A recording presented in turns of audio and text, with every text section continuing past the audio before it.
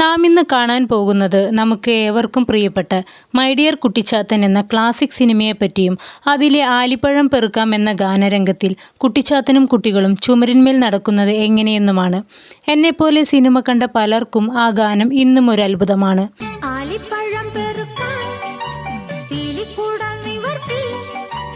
Technology അത്ര പുരോഗമിക്കാത്ത കാലത്താണ് ഇങ്ങനെ ഒരു സിനിമ പിറന്നത് എന്നോർക്കണം. മലയാള സിനിമയിലെ ആദ്യ പാൻ ഇന്ത്യൻ ചിത്രം.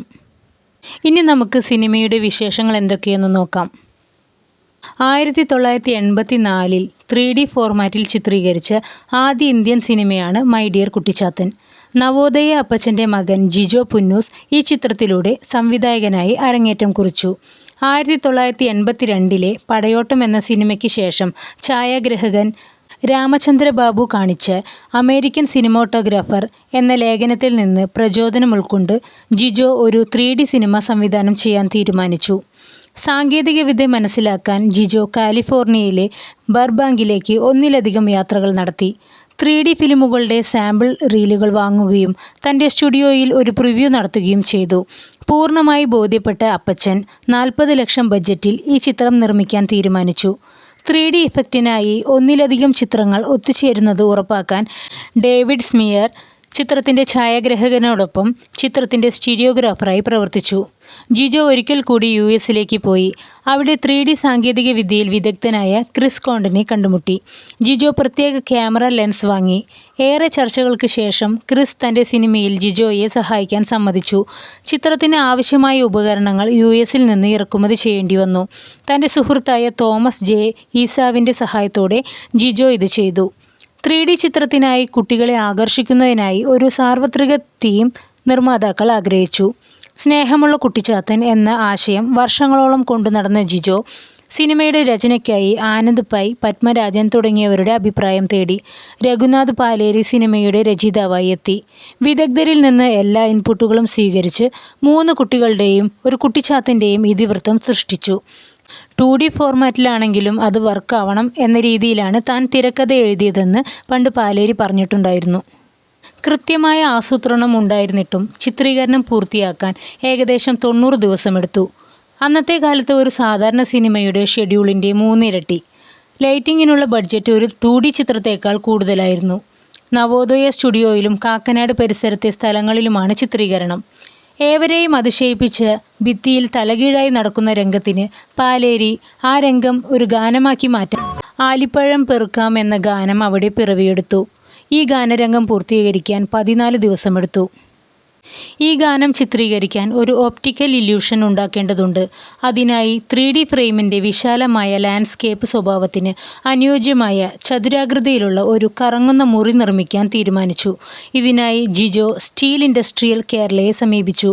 ഇല്യൂഷൻ റൂമിനായി തടി കൊണ്ട് നിർമ്മിച്ച സ്റ്റീൽ ഘടന നിർമ്മിക്കാനുള്ള ചുമതല ഏൽപ്പിച്ചു. 25 ടൺ ഭാരമുള്ള അഷ്ടഭുജ ഘടന 1 മാസം കൊണ്ടാണ് പൂർത്തിയാക്കിയത്. കുട്ടികൾ മുറിക്ക് ചുറ്റും 360 ഡിഗ്രി നടക്കുന്നുവെന്ന മിഥ്യാധാരണ സൃഷ്ടിക്കാൻ ഇരുവശത്തുമുള്ള 6 പുരുഷന്മാർ അത് തിരിക്കും. അങ്ങനെയാണ് ആ ഗാനരംഗത്തിൽ കുട്ടികൾ തലകീഴായി നടക്കുന്നതെന്ന് തോന്നിപ്പിച്ചത്. 35 ലക്ഷം രൂപ ചെലവിലാണ് യഥാർത്ഥ മലയാള ചിത്രം നിർമ്മിച്ചത്.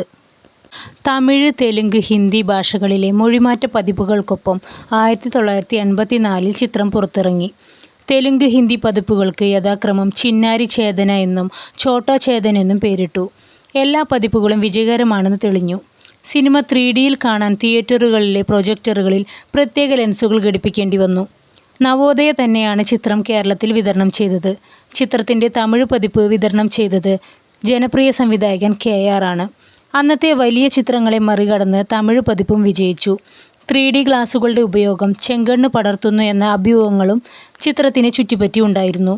ഈ കിംവദന്തികൾ അവസാനിപ്പിക്കാൻ സിനിമ ആരംഭിക്കുന്നതിന് മുമ്പ് പ്രമുഖ അഭിനേതാക്കളായ പ്രേം നസീർ, അമിതാഭ് ബച്ചൻ, ജിതേന്ദ്ര, രജനികാന്ത്, ചിരഞ്ജീവി തുടങ്ങിയവരെ ഓരോ ഉപയോഗത്തിനു ശേഷം കണ്ണട അണുവിമുക്തമാക്കിയതായി വിശദീകരിക്കുന്ന ദൃശ്യങ്ങൾ ചേർക്കാൻ നിർമ്മാതാക്കൾ നിർബന്ധിതരായി.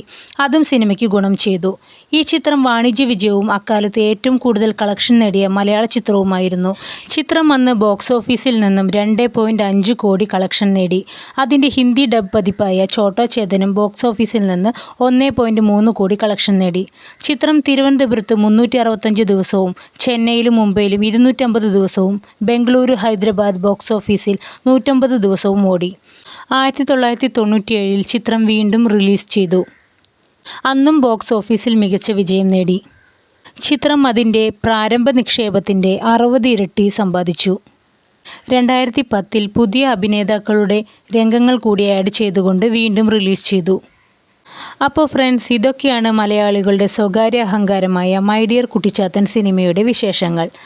പലരും വീഡിയോ കാണുന്നത് ചാനൽ സബ്സ്ക്രൈബ് ചെയ്യാതെയാണ്. ഒരു തുടക്കക്കാരിയായതിനാൽ നിങ്ങളുടെ എല്ലാവരുടെയും സപ്പോർട്ട് ആവശ്യമാണ്.